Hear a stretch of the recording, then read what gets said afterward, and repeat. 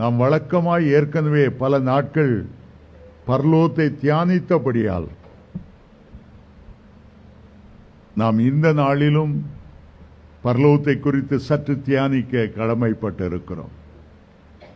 சங்கீதம் 73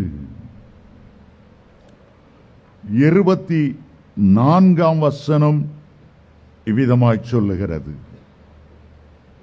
அது தாவீதினுடைய ஜெபம். ஆண்டவரை பார்த்து சொல்லுகிறார். சங்கீதம் 73:24 உம்முடைய ஆலோசனையின்படி நீர் என்னை நடத்தி முடிவிலே என்னை மகிமையில் ஏற்றுக்கொள்வீர். உம்முடைய ஆலோசனையின்படி நீர் என்னை நடத்தி முடிவிலே என்னை மகிமையில் ஏற்றுக்கொள்வீர். மரணத்துக்கு பதிலாக தாவீது சொல்லுகிறார், உம்முடைய மகிமையில் ஏற்றுக்கொள்வீர், சேர்த்துக் கொள்வீர். உம்முடைய பரலோக ராஜ்யத்தில் நான் காணப்பட வேண்டும்.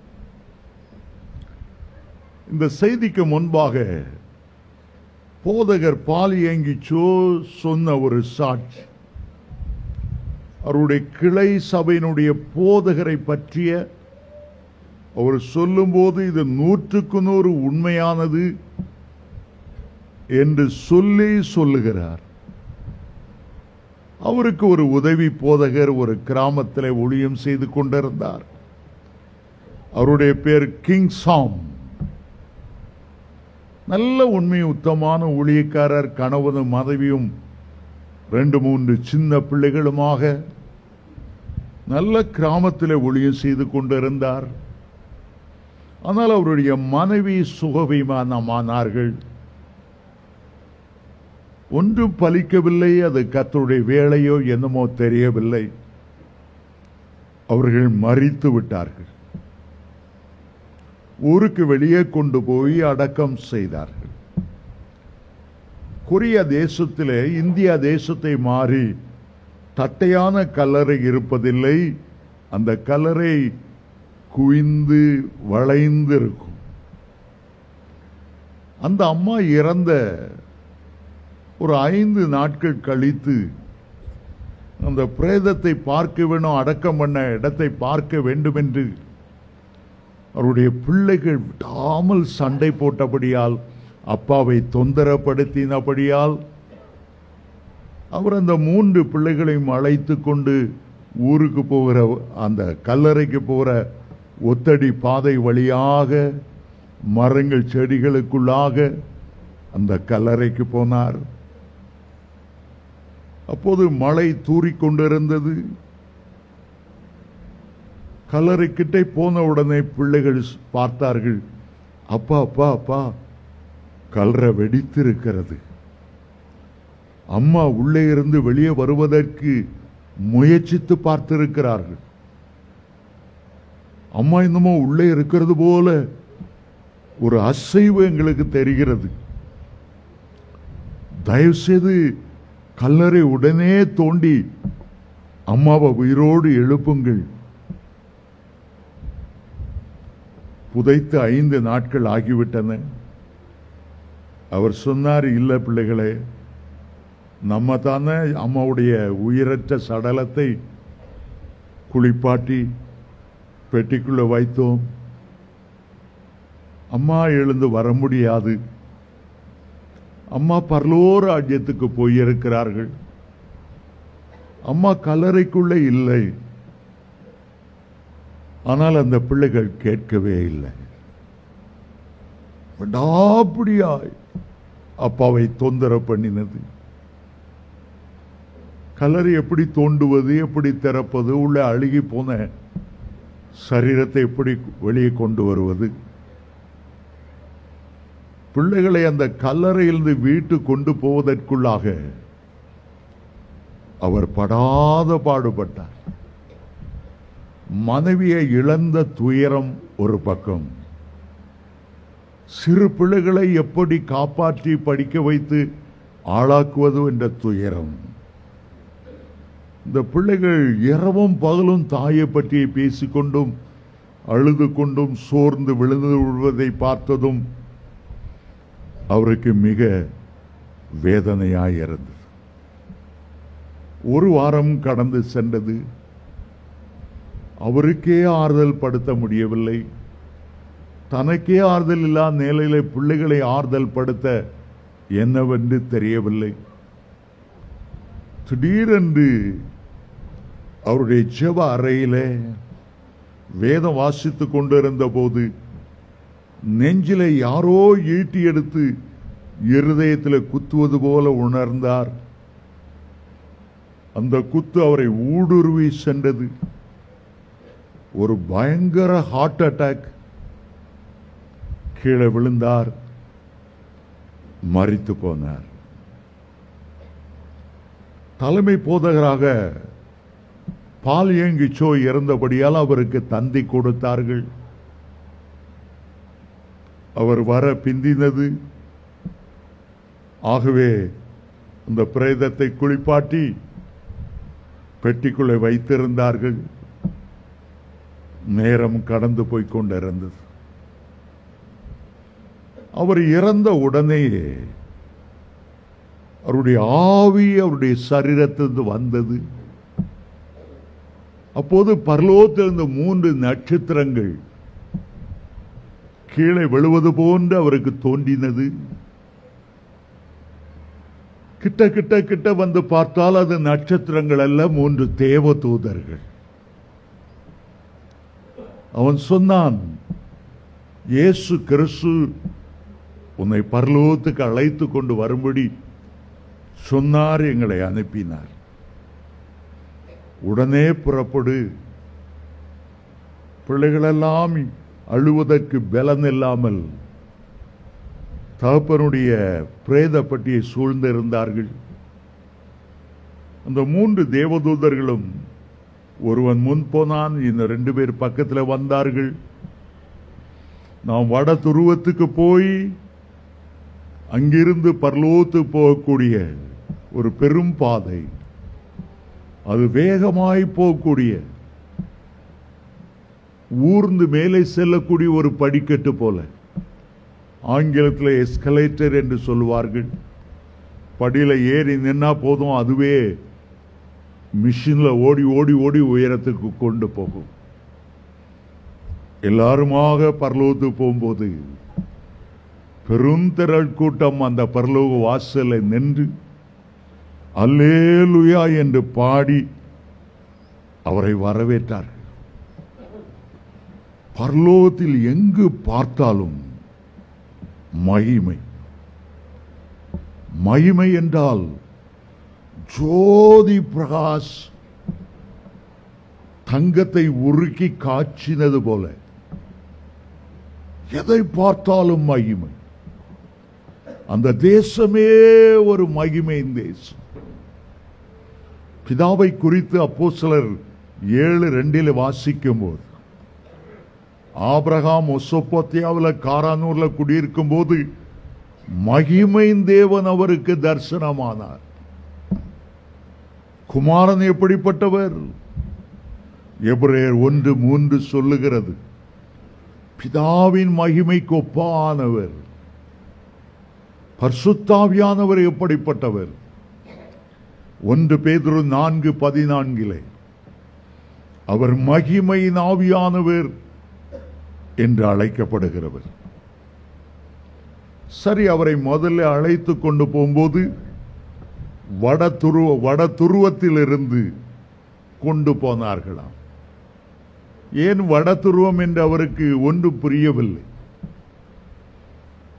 சங்கீதம் 48:2 வாசிக்கும் போது, வட திசையில் உள்ள சியோன் பர்வதம் மிக அழகான வடிவமான ராஜாதி ராஜனுடைய நகரம். பரலோக வாசல்ல எண்ணற்ற பரிசுத்தவான்கள் தேவதூதர்கள் ஹல்லேலூயா என்று பாடி அவரை மிகவும் சந்தோஷத்தோடு வரவேற்றார்கள். இவர் பரலோகத்துக்குள்ளே கால் வைத்து நடந்ததும் திடீரென்று பார்த்தால் தாவீது ராஜாவை அங்கே பார்த்தார். தாவீது ராஜா சந்தோஷமாய் முன் வந்து அவரை கை குலுக்கி, பரலோகத்துக்கு உன்னை வரவேற்கிறோம், நீ ஆசீர்வாதமாய் இருப்பாய் என்று சொன்னார். இந்த பரலோக வாசலை விட்டு இன்னும் கொஞ்சம் தூரம் வரும்போது ஒரு தேவ மனிதன், அவருடைய உள்ளத்தில் தெரிந்தது இதுதான் ஸ்தேவான் என்று. ஸ்தேவானை பார்த்ததும் அவருக்கு ஒரு கேள்வி கேட்க வேண்டும் என்ற ஆசை. உம்மை கல்லெறிந்து கொல்லும் போது எல்லாருமை பார்த்து நர நர என்று வெறுப்பை உமிழ்ந்த போது, கோப வெறியோடு பெரிய பெரிய கற்களை எடுத்து உம்முடைய தலையிலே மாறி மாறி எரிந்த போது எப்படி ஃபீல் பண்ணீர் என்ற சர்ச்சில் நான் அதை பற்றி பலமுறை பேசி இருக்கிறேன். இன்றைக்கு நேரில் பார்க்கிறேன். மனவேதனையா இல்லையா? அவர் சொன்னார், எனக்கு ஒரு வேதனையும் தெரியவில்லை. நான் பரலோகத்தில் பிதாவினுடைய வலது பார்சத்தில் உட்கார்ந்து இருக்கிறேன். இயேசு எனக்காக எழும்பி நின்றதை பார்த்தேன். அவருடைய முகத்தை பார்த்ததும் எனக்கு ஒரு ஆனந்த பரவசம், அவரையே பார்த்து கொண்டிருக்க வேண்டும் என்று. என் மேல கல் விழுந்ததோ, மண்டை உடைந்ததோ, கண்கள் பிதுங்கி வெளியே வந்ததோ ஒன்றுமே எனக்கு தெரியவில்லை. ஒவ்வொருவராய் பார்த்தார். அப்படியே முன்னால் போகும்போது பரலோகத்தை செழிப்பாக்குகிற ஒரு ஜீவ நதி தேவனும் ஆட்டுக்குட்டியானவரும் இருக்கிற சிங்காசனத்திலிருந்து புறப்பட்டு வருகிறதை அவர் பார்த்தார். அந்த வீதி அவ்வளவு அழகு, அந்த ஜீவ நதி கொள்ளை அழகு. தொழான பரிசுத்தவான்கள் அந்த ஜீவ நதி கரை ஓரமாய் அமர்ந்து மிக அழகான ஆசனங்களிலே கம்பீரமாய் வீட்டிலிருந்து ஒவ்வொருவருக்கொருவர் தங்களுடைய அனுபவங்களை பகிர்ந்து கொண்டு துதித்து கொண்டு பாடிக்கொண்டு இருந்தார்கள். இவர் ஒரு பழத்தை எடுத்தார், பறித்தார். அதனுடைய வாசனை ருசித்த போது உலகத்தில் இல்லாத அவ்வளவு ருசி. அவர் சொல்லுகிறார், அந்த பழத்தை புசித்தது என் சரீரம் முழுவதுமே ஒரு வாசனையால் நிரம்பி இருந்தது. பரலோகத்தில் எப்போதும் ஒரு மெல்லிய இசை ஆண்டவரை மகிமைப்படுத்தி துதித்துக் கொண்டே இருக்கிறது. ஒரு பக்கம் அந்த அழகிய மெல்லிய இசை, மறுபக்கம் அந்த பழத்தில் வந்த நறுமணம், இன்னொரு பக்கம் அந்த பழத்தின் மகிமையான ருசி என்னுடைய இருதயத்தை கவர்ந்தது. அப்பொழுது இயேசு அங்கே வந்தார். மிகுந்த புன்முறுவலோடு, மிகுந்த சந்தோஷத்தோடு ஒவ்வொருவரை பற்றி ஆராய்ந்து எல்லாருக்கு வெட்ட வெளிச்சமாய் இருந்தது.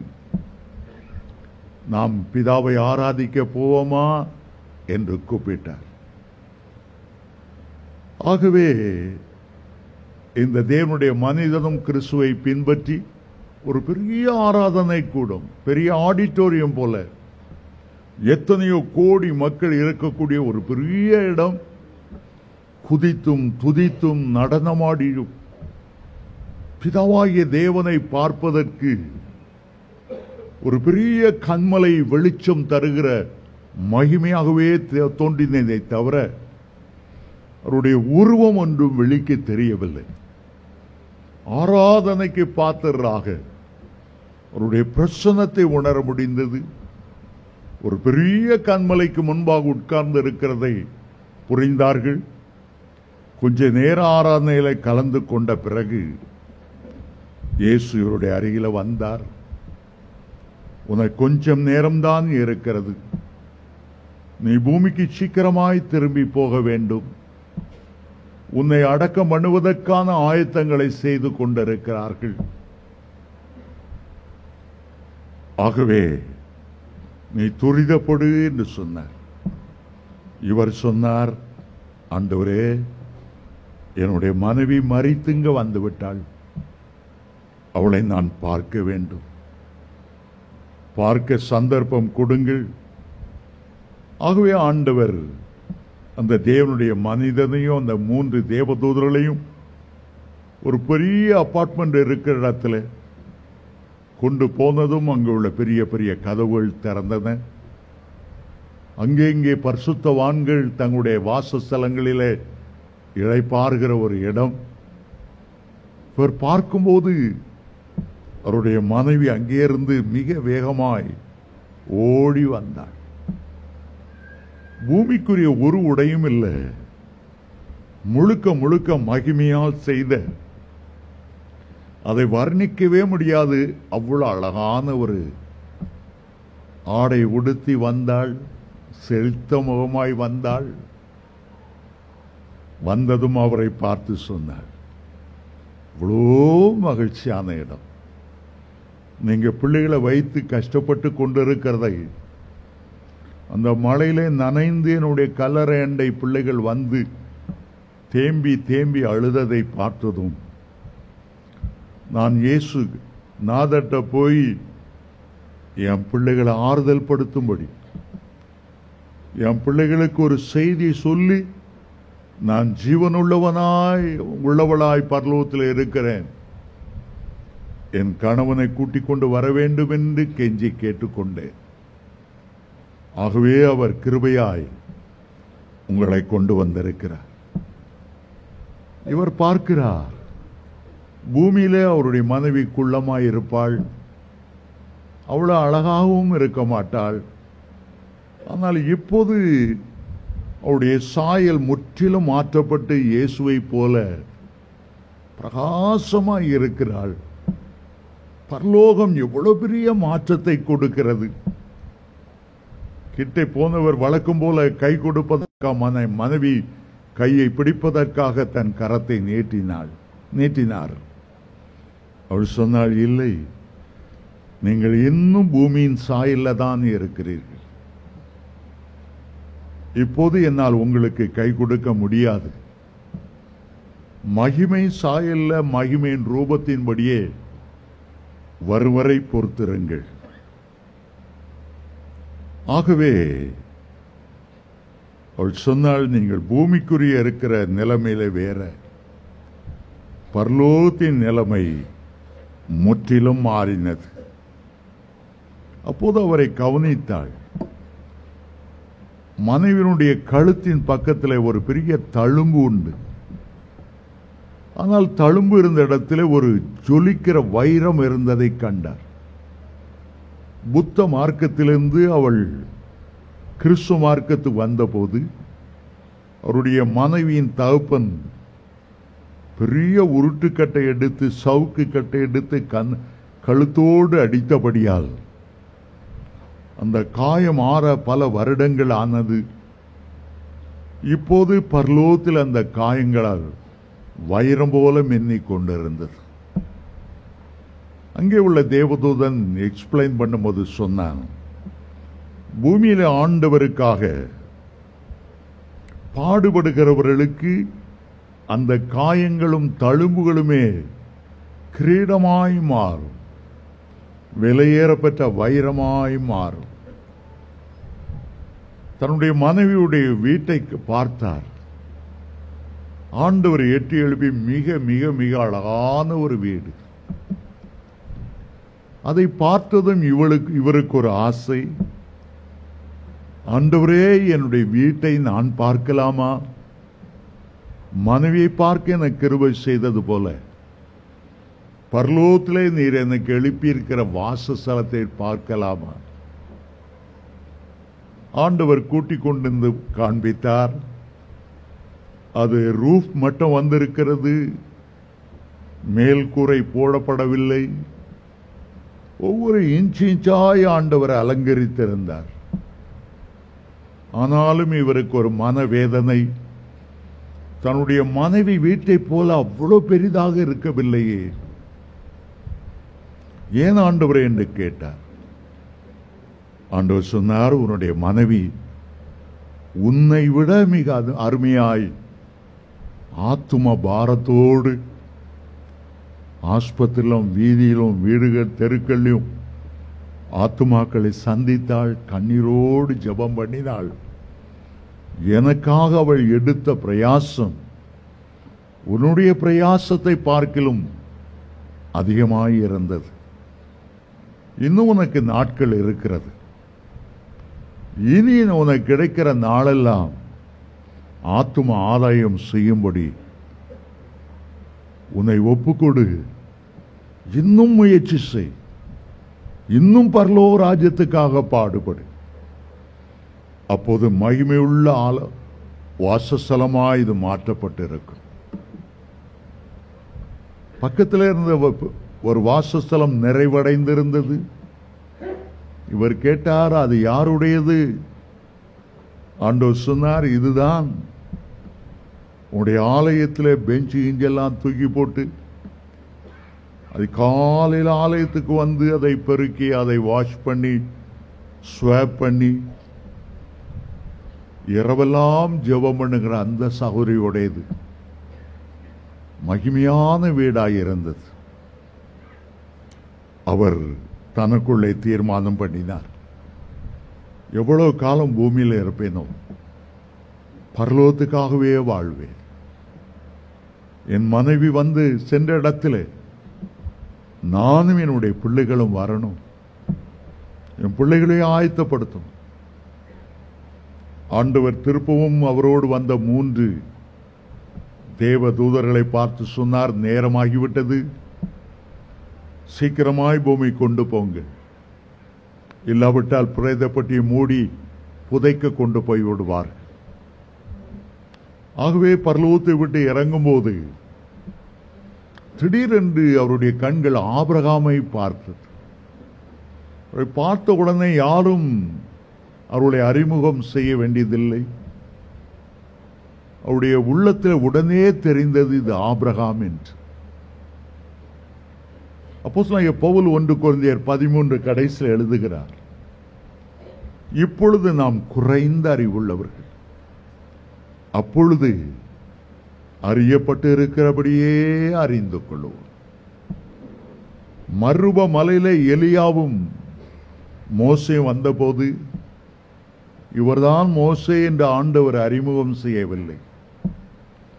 இவர்தான் எலியா என்று சீஷரிடத்தில் சொல்லாமே பார்த்த உடனே அவர்கள் எலியா மோசே என்பதை புரிந்து கொண்டார்கள். அதுபோல பரலோகத்துக்கு போகும்போது வேதத்தில் பார்த்திராத கோடிக்கணக்கான பரிசுத்தவான்கள் இருந்தாலும் இவர்கள் எங்கே பிறந்து எங்கே வளர்ந்தவர்கள், பாகிஸ்தானை சேர்ந்தவங்களா சீனாவில் உள்ளவங்களா, உடனே நம்முடைய அறிவு அவர்களை புரிந்து கொள்ளும். ஆபிரகாம் பார்ப்பதற்கு வயதான தாத்தா போல வெண் தாளடியோடு வெண் தலைமயிரோடு காணப்படவில்லை. ரொம்ப இளமையாக ஒரு 25 வயது வாலிபனை போலத்தான் அவர் தோன்றினார்.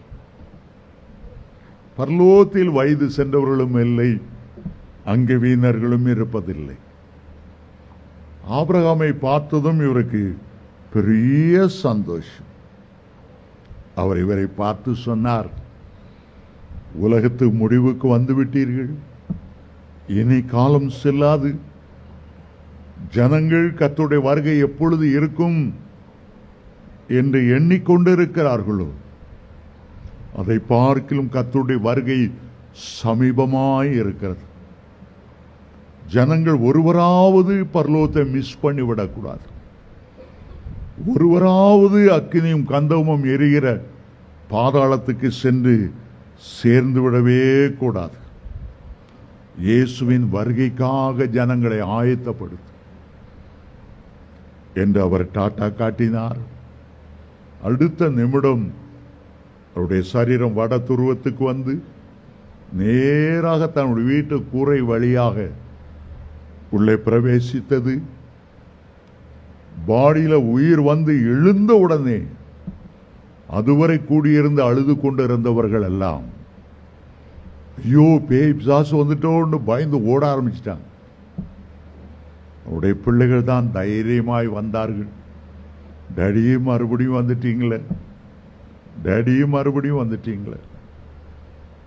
அப்போதான் தாய் பரலோகத்தை எவ்வளவு மகிமையாய் எவ்வளவு சந்தோஷமாய் இருக்கிறதை அவர்களுக்கு விவரித்து சொன்னார்.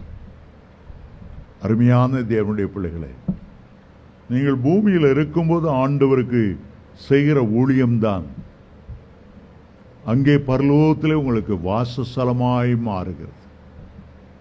இந்த உலக வாழ்க்கை மிக மிக முக்கியமானது. இந்த உலக வாழ்க்கை தான் உங்களை நித்தியத்துக்கு ஆயத்தப்படுத்துகிறது. இந்த உலக வாழ்க்கையில நீங்க எவ்வளவுக்கு எவ்வளவு நீங்க க்ளோஸா கர்த்தரண்டை இருப்பீர்களோ அவ்வளவுக்கு அவ்வளவு பரலோகத்திலும் அவருக்கு நெருக்கமாய் இருப்பீர்கள். பரலோகம் எங்கே இருக்கிறது? அநேகர் நினைக்கிறார்கள் 3 வானங்கள் இருக்கிறது. 3வது வானத்தில் தான் ஆண்டவர் இருக்கிறார் என்று பலரும் எண்ணிக்கொள்ளுகிறார்கள். ஆனால் பரலோகத்துக்கு 3 வானங்கள் அல்ல. நிறைய வேத பண்டிதர்களும் கூட தவறு செய்கிறதை பார்த்திருக்கிறேன். முதல் வானம் ஆகாயத்திலே பறவைகள் பறக்கிற புவியீர்ப்பு விசையுள்ள வானம். 2வது வானம் வானமண்டலத்தில் உள்ள பொல்லாத ஆவிகளின் சேனைகள் இருக்கிற ஒரு வானம். அங்கேதான் சூரியன், சந்திரன், நட்சத்திரம், எண்ணற்ற கிரகம், அங்கேதான் வெள்ளி கிரகம், வியாழன் கிரகம், சனி இருக்கிற கிரகம் எல்லாம் இருக்கிறது. வானமண்டலத்தில் உள்ள பொல்லாத ஆவி சேனைகள் அங்கே இருக்கிறது. 3வது வானம் தான் அப்போஸ்தலனாகிய பவுல் 2 கொரிந்தியர் 12ஆம் அதிகாரம் 1 முதல் 4 வசனங்களிலே 14 வருஷத்துக்கு முன்னால் நான் ஆவியிலே எடுத்துக் கொள்ளப்பட்டு 3ஆம் வானமாகிய பரதேசிக்கு போனேன். அங்கே மனுஷர் பேசப்படாத அறியாத பாஷையிலே பேசுகிறதை பார்த்தேன். ஆகவே அதை வைத்துக்கொண்டு வெறும் 3 வானம்தான், 3வது வானம்தான் பரலோகம் என்று எண்ணிக்கொண்டிருக்கிறார். ஆனால் ஆண்டவருடைய பரலோகம் என்பது வானாதி வானங்கள் தாண்டி தாண்டி தாண்டி, புதிய வானம் தாண்டி, புதிய பூமி தாண்டி, பெரிய பரம எருசலேம், அங்கும் பல வானங்கள், தேவதூதருடைய வானங்கள், கேராபீன்கள் சேராபீன்கள் உள்ள வானங்கள். மோசே பக்தன் சொன்னார் உபாகமம் 10:14, இதோ வானங்களும் வானாதி வானங்களும் பூமியில் உள்ள யாவும் தேவனாகிய கர்த்தருடையவர். வானங்களும் பன்மையில சொல்லுகிறார். அதற்கு பிறகு வானாதி வானங்களும், வானங்களும் வானாதி வானங்களும். சாலமோன் ராஜா ஆண்டவருக்கென்று பெரிய ஆலயத்தை கட்டும்போது 1 ராஜாக்கள் 8:27, 2 நாளாகமம் 2:6 சொல்லும்போது, மெய்யாகவே தேவன் பூமியிலே வாசம் பண்ணுவாரோ, இதோ வானங்களும் வானாதி வானங்களும் உம்மை கொள்ளக்கூடாதே, நான் கட்டின இந்த ஆலயம் அவருக்கு எம்மாத்திரம். சங்கீதக்காரன் 148ஆம் சங்கீதம் 4ஆம் வசனத்தில் சொல்லுகிறார், வானாதி வானங்களே அவரை துதியுங்கள். சில ஆண்டுகளுக்கு முன்பு கன்னியாகுமரி மாவட்டத்தில் உள்ள ஒரு பாஸ்டர் 7 வானங்கள் என்ற தலைப்பிலே 7 வானங்கள் இருக்கிறதாக எவ்வளோ ஆராய்ச்சி பண்ணி ஒரு புஸ்தகம் எழுதியிருந்தார். எனக்கு ஞாபகம் இல்லை, பல வருடங்கள் ஆகிவிட்டன. ஆனால் வானாதி வானங்கள் என்று 7 வானங்கள் என்று சொல்வதற்கு போதுமான வேதாகம ஆதாரங்கள், வாக்கியங்கள் அவர் கொடுக்கவில்லை.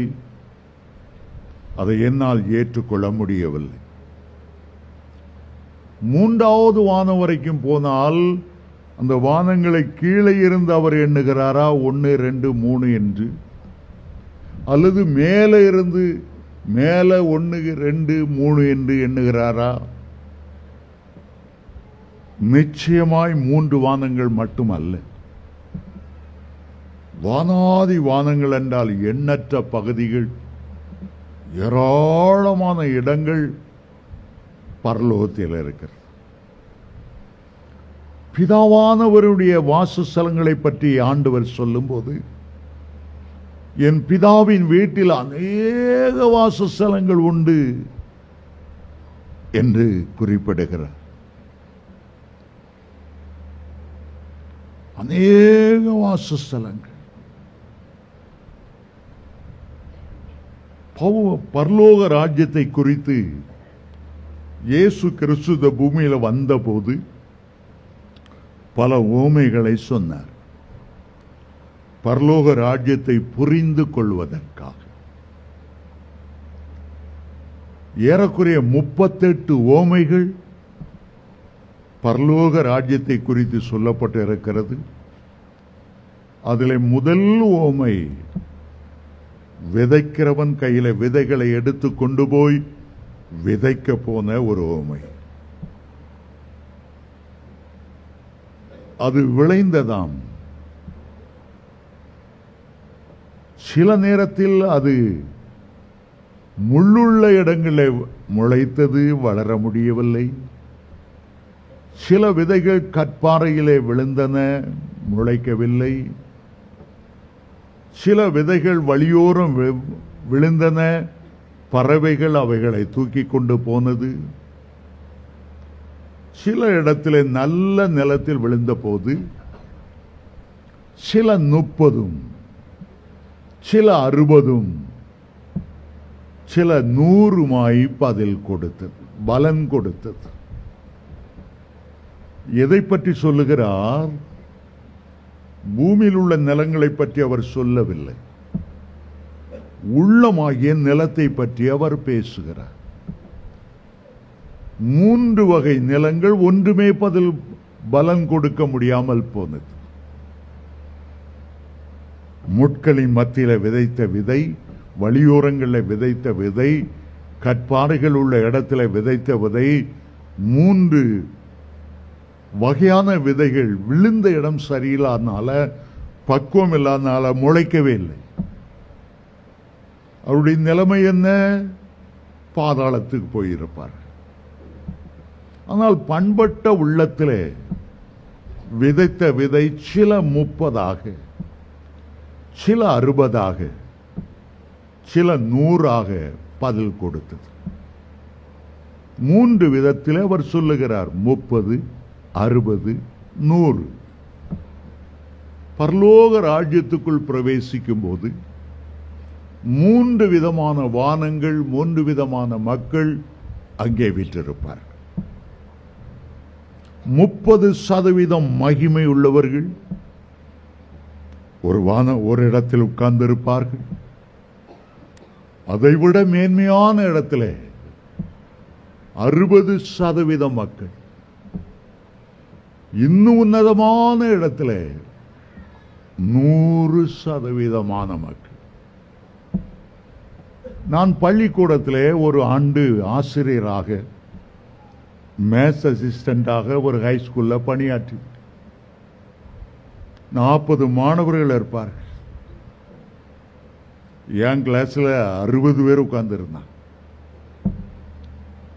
நல்லா டீச் பண்ணாலும், எவ்வளவுதான் ப்ரிப்பேர் பண்ணாலும் சில மாணவர்கள் கிரகித்துக் கொள்ள முடியாது.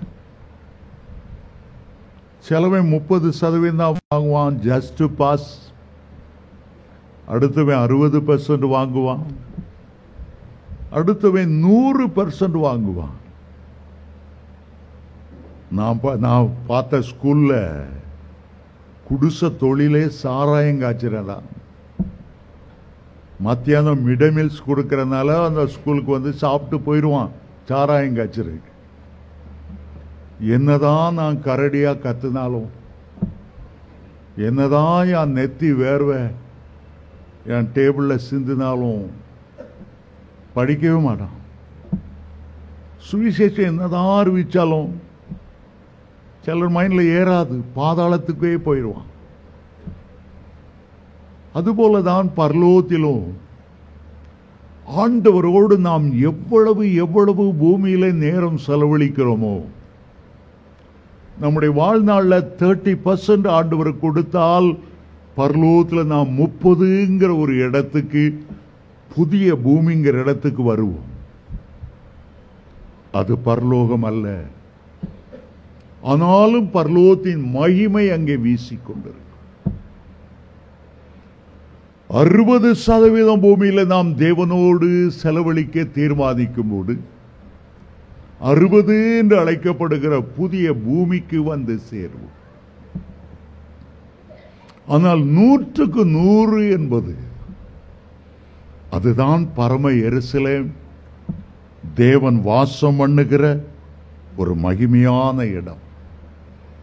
தேவனோடு நடந்தவர்கள், தேவனோடு சஞ்சரித்த ஏனோக்கு, தேவனோடு சஞ்சரித்த நோவா, அப்படிப்பட்ட பரிசுத்தவான்கள் வரக்கூடிய மிக மகிமையான இடம்தான் புதிய எருசலேம். வானாதி வானங்களுக்கு மேலாயிருக்கிற பரலோக ராஜ்யத்தின் மகிமை வீசிக்கொண்டிருக்கிற ஒரு இடம்.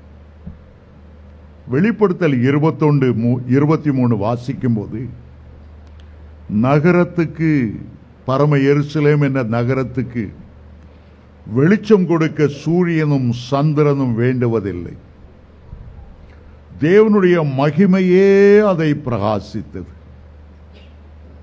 ஆட்டுக்குட்டியானவரே அதற்கு விளக்கு. அண்ட சராசரங்களை பிரகாசிக்கிறவர், மகிமை தேசம் முழுவதையும் நிரப்புகிறவர். சியோனிலிருந்து அவர் பிரகாசிக்கும் போது எருசலேமிலே அவருடைய மகிமை அவ்வளவு நிறைவாய் காணப்படும். குறைந்த மகிமை, அதைவிட சற்று குறைந்த மகிமை புதிய வானத்திலே காணப்படும். புதிய பூமியிலே அவருடைய மகிமை 30% காணப்படும். சாதாரணமாய் நம்முடைய வீட்டில் பாத்ரூம் போனோம், அங்க போய் ரொம்ப பிரகாசமான பிரைட் லைட் எல்லாம் போடுறது இல்லை, பெரிய பெரிய ஹாலஜன் லைட்லாம் அங்க வைக்கிறது இல்லை. ஏதோ 0 வாட்ஸ் வச்சிருப்பாங்க, ஏதோ 15 வாட்ஸ் சின்ன பல்பு போட்டிருப்பாங்க. அதுக்கு வீணா போய் கரண்ட் பில் கட்டிட்டு இருக்கணும் அவசியம் இல்லை. 15 வாட்ஸ் போதும், 0 வாட்ஸ் போதும். சாப்பாடு மேஜைக்கு வரும்போது 40 வாட்ஸ் அங்கே போட்டிருப்பாங்க. பிள்ளைகள் படிக்கணும்னா 60 வாட்ஸ், அது பிள்ளைகளுக்கு போதும். பெரிய அலங்கார விளக்கெல்லாம் அதுக்கு தேவையில்லை. 0 வாட்ஸுக்கும் 40 வாட்ஸுக்கும் 60 வாட்ஸுக்கும் இப்படி வித்தியாசம் இருக்கிறதோ, அப்படித்தான் பரலோகத்தில் மகிமை வித்தியாசமா இருக்கும். பரிசுத்தவான்களுடைய மகிமை கூட 1 கொரிந்தியர் 15ஆம் அதிகாரத்தில் அப்போஸ்தலனாகிய பவுல் எழுதும்போது, நட்சத்திரங்கள் மகிமைக்கு மகிமை வித்தியாசப்பட்டிருக்கும். நாம் இந்த பூமியில எவ்வளவாய் ஆண்டவருக்காய் எழும்பி பிரகாசித்தோம், எவ்வளவாய் அபிஷேகத்தில் நிரம்பி இருக்கிறோம் என்பதை பொறுத்துதான் நாமும் பரலோகத்திலே தேவன் கொடுத்த மகிமையோடு பிரகாசித்துக் கொண்டிருப்போம். ஒவ்வொருடைய அனுபவங்களும் வித்தியாசமாயிருக்கும். ஆண்டவருக்காக செய்த தியாகங்களும் பாடுகளும், உழைத்த உழைப்பும் பிரயாசங்களும், ஆத்தும ஆதாயம் செய்ததும் அதுவும் வித்தியாசமாயிருக்கும். பரிசுத்தவான்கள் எல்லாரும் பூமியில ஆண்டவரோடு எவ்வளவு நெருங்கி இருந்தார்களோ அவ்வளவுக்கு அவ்வளவு அவர்கள் பிரகாசமாயிருப்பார்கள். பாருங்கள், இந்த சந்திரனுக்கு இயற்கை வெளிச்சம் கிடையாது.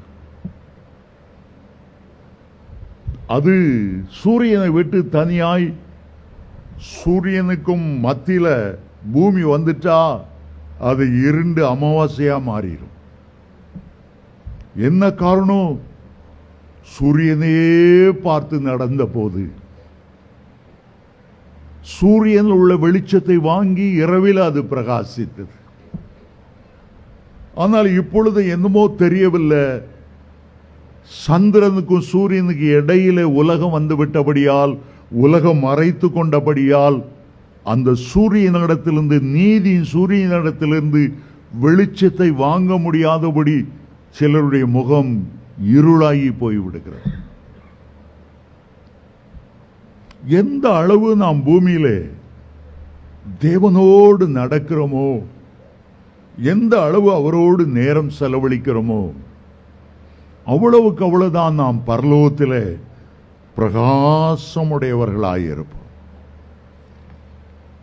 தாவீது ராஜா சொல்லுகிறார், தேவனே உம்முடைய சித்தத்தின்படி என்னை வழி நடத்தி முடிவிலே உம்முடைய மகிமையிலே என்னை சேர்த்துக்கொள்ளும். நம்முடைய ஆண்டவருடைய பெயர் மகிமையின் ராஜா.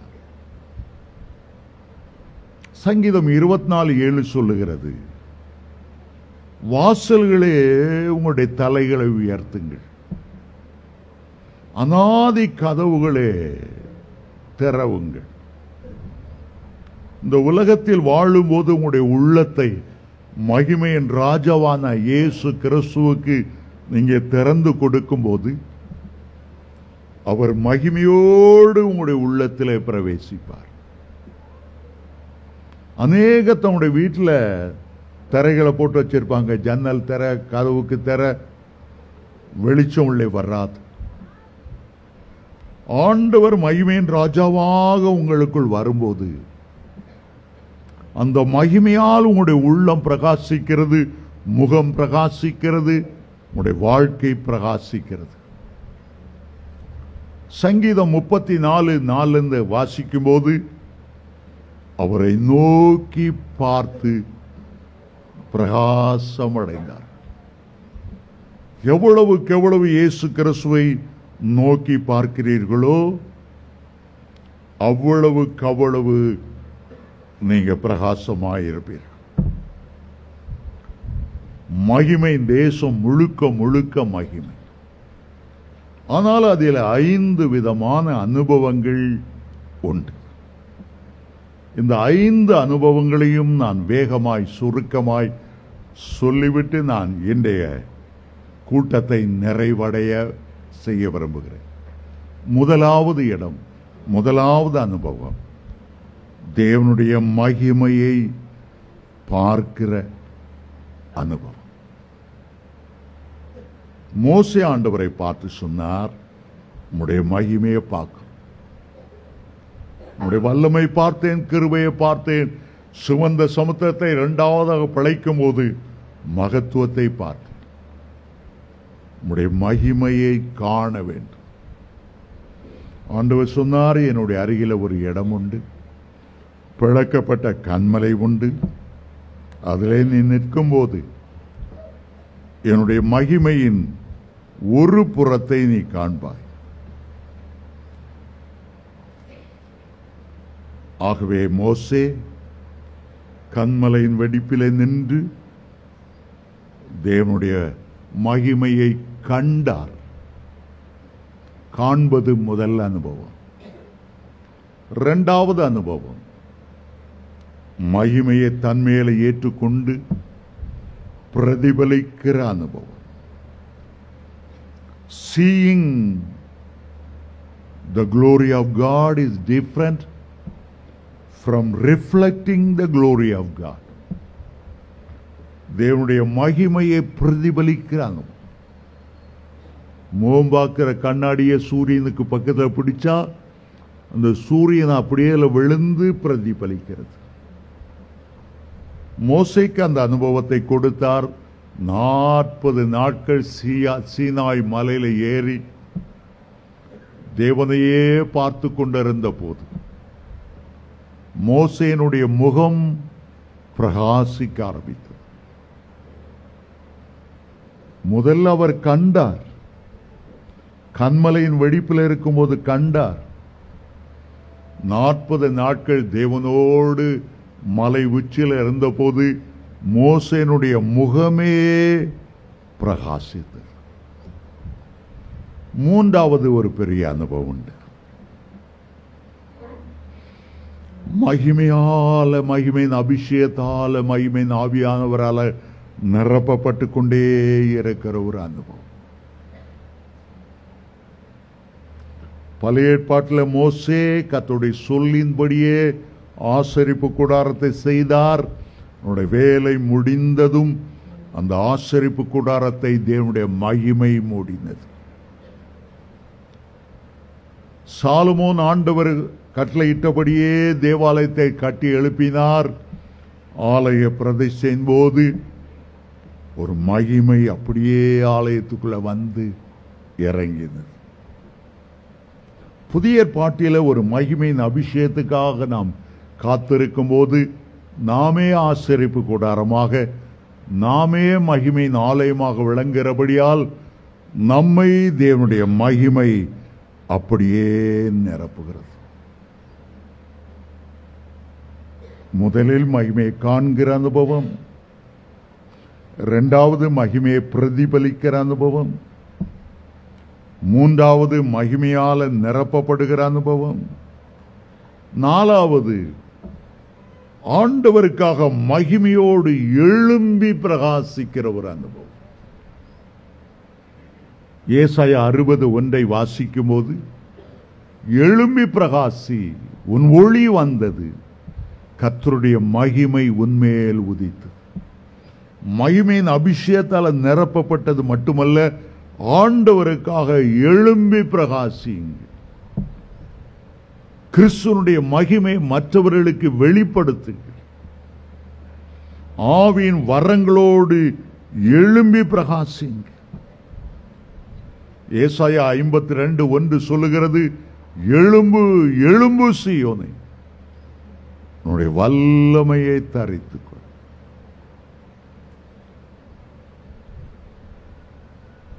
ஐந்தாவதாக